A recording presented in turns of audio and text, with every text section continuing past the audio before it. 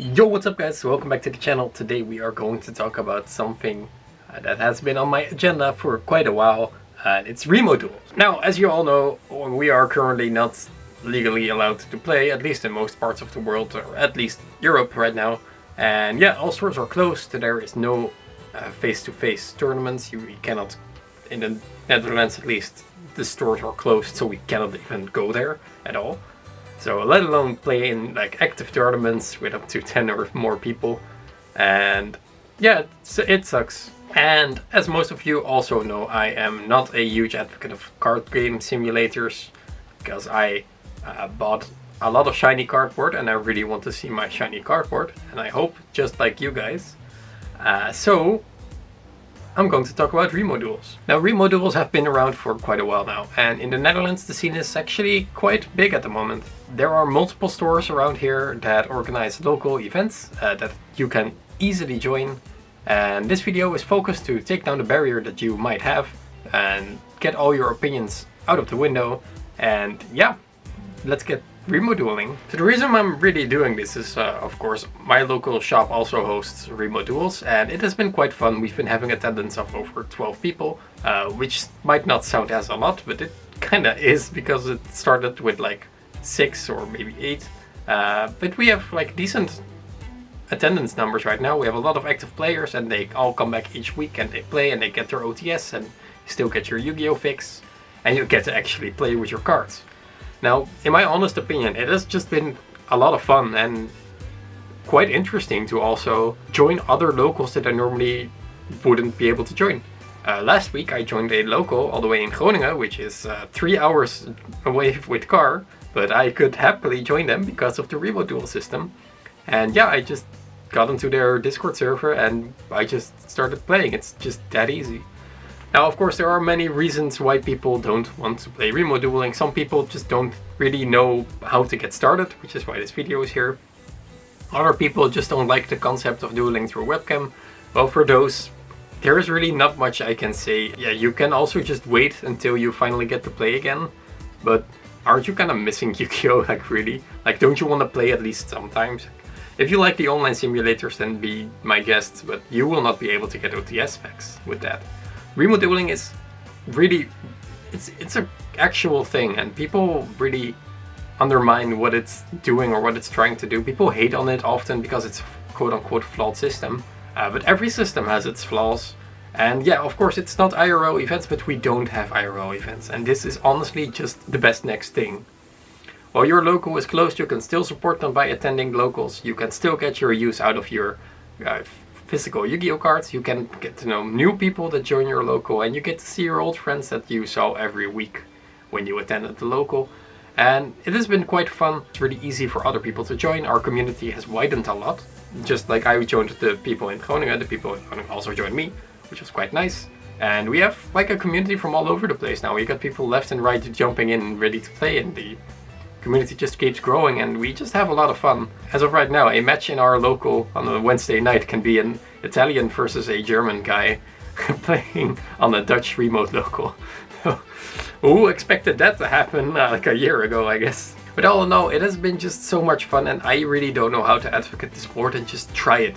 Everyone that, you know, had their issues with it and they tried it, they keep coming back every week because it is just fun. It's like such a small barrier to step in, but after you've done like purchased a standard for your phone or for your webcam, that's all you had to do, and then you are already ready to go. And it's so easy, and I'm going to talk you guys through everything you need for remote dueling. Now, of course, what are, for example, the things that you need for a remote duel? You need a way to film yourself or record your field, because that's all remote dueling is about. You film your field and you stream it to your opponent, and that's it. So most of the stores use Discord, and I believe this is the only official way for stores to organize remote duels. So getting in a Discord is really easy. Just get Discord. It's an app for your PC or for your phone, and it's just the best replacement of Skype there has ever been. All you really need to do from there is either use your webcam or your phone. Now, a webcam needs to be like on something that points down because you need to record your field. This is just easily done by fixing it to anything. I use a standard for my camera, so I use the same for my phone, which is really nice. Getting it up in the air and looking down at everything, and that's pretty nice. at a pretty nice angle and in HD quality. And for remote duels, I use my phone because I don't have a webcam. And you might think that it would be difficult to link your phone to your PC as a webcam, and it is not. There are multiple apps to use to record your field with your phone through Discord, which is really nice. For all your Androids, we have DroidCam, which is a program that I used that easily links your phone with your PC. And for Apple, there is a program called AppleCam, apparently. I'm not an iPhone user, so this might be incorrect. But you can also just ask your local community how they film their stuff. Maybe they have a webcam, and webcams nowadays are not that expensive for the quality they give. So that's an easy fix. Like for only 15 euros, you can already have like a very good webcam. You can just buy it online and it will be there tomorrow. You can use any standard. You can place your phone down in like a cardboard box. I've seen people do that, but you can also just like buy one of these things for real cheap. You can easily get your phone in there. How do I look this? You can easily just get it in there, like bam, bam, bam, and you got your phone in there. You can lift it up, which is real nice. It's a selfie stick, I realize now. And just buy like one of the smallest standards in the world for it. And it will not cost you more than only like 25 euros max to completely finish your setup, and the rest is all for you. So, and we talked software, we talked webcam, we talked camera. Let me actually show you guys what it looks like. Let me show you my dueling setup. Now this is by no means my normal setup, but you can kind of see the gist of it. So right here we have my entire field that is actually quite clear on the camera. You can see everything you want to see. I'll show this later a little bit as well to get some examples of, you know, how to properly duel. We have my laptop right here in the back that we have Discord open, so I can clearly see my opponent's field, and I can also see what I am filming. Normally I use a second monitor as well that should be like over there, so I can get some more, you know, if I need to look up a card I have that access. And right here, now this is a little more tight than the usual room that I have, but this works just fine. I have my deck box right here, which I usually put like right there so my opponent sees what I'm doing. Then I have my mic somewhere over there, and it's all pretty fine. And this is the only thing you really need. Like, it's not enough room, but even if I had to work with this could easily be worked with. So yeah, let me show you how it looks like. Alright, so for joining any remote duel, it's really easy. Just join the Discord of the store. Really easy, go to the table, get your opponent out there, open the software that you use to get your phone or your webcam software. If it's a webcam, you can just press the webcam thing here. If you use a phone like me, you can use the software and just turn it on, and that's as easy as it goes. I'm using my phone right now. So this is kind of what it would look like optimally for anyone. What I'd like is I have my deck box over here where my side deck is in, so everything is just clear on the camera. There is no doubt or anything that I am cheating. There's nothing here. It's just my deck box is right here. You can see everything, and the only thing that you have to focus on is getting your hand there, but I'll talk about that in a bit. So yeah, just grab your deck out there. Now what I really like to do is I like to keep my, again, just for getting no doubts, just leave your side deck in the field, and that's all you really need. Now for the rest, there really isn't much else you have to do. What it really comes down to is just keep everything in order, get your zones out there, make sure everything's visible, make sure the angle is correct, because you don't want your angle to be like this and missing like half. Try to get a playmat with zones, which is also really nice, because it might be, you know, a little bit different, because this is my left, this is my right, which is something that you have to keep account for. But it's just really easy by just communicating with your opponent. And after that, it's only a matter of not placing cards in any glare. Yeah. So that's basically just the setup for the remote duels. Now I'm going to talk about a little things that you have to, you know, keep attention to.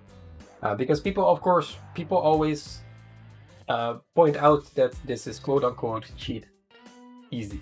But truth, be honest, if you are going to your local and someone at your local like is going to cheat on you, like what kind of local community are you going, you know, to? So yeah, this is like quite easy. So far, out of the like multiple events that I played, I haven't had a single issue with cheating with anything. For me, it's just pretty fair all in all. You can just like keep attention to your opponent, clearly call out your cuts, etc. What I usually do is I openly shuffle my deck multiple times, and after that I discuss with my opponent, do you want to use 1 or 2 dice? Then we throw 2 dice, make sure they are visible to the camera, and after that I put my deck down and I just ask them, how would you like me to cut? Personally, I always do like just half For locals that would be easy, but for any competitive event I'd suggest something like half and say top 5 cards or top whatever cards. I've seen people at my local also just roll a dice for the top cards. After you shuffled your deck properly, they just throw a dice and it lands on, for example, something 4. Like just go to the top 4 cards, count them out. Try to communicate as clearly as possible with your opponent. These are the circumstances that we have at hand. Yeah, that's basically all there is to it. Cut the deck and then make sure that everything is in order. Now, one of the mistakes I see a lot of people make is not having their camera angled correctly or in a way that they can hide their cards.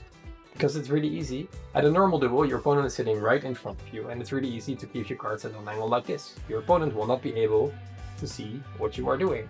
But of course, right now, as you can see already on camera, you can clearly see this is tarot for me, this is called pot.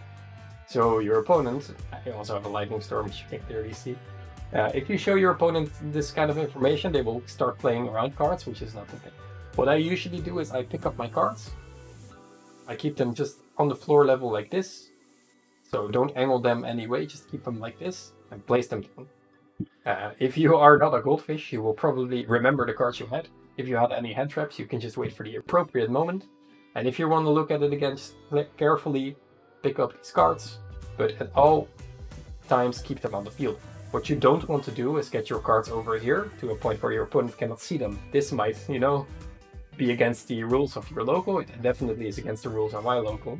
And this clearly indicates that you are doing something shady. So if your opponent is keeping their cards like this or not on the field, always make sure to tell them, please keep your cards on the field. Make sure you're always aware of how many cards there are. And for always, of course, if they activate, for example, something like the terraforming, make sure that their deck is still in view. Again, be sure not to look through your deck like this. Look through your deck like this, so you can clearly see what's going on, but your opponent can't. Confirm card. Make sure that their deck and your deck always is on screen, because the moment they do something like this, it will look really, really shady. But it's really easy to just ask your opponent, please keep your deck on the field, because it's the basic rules.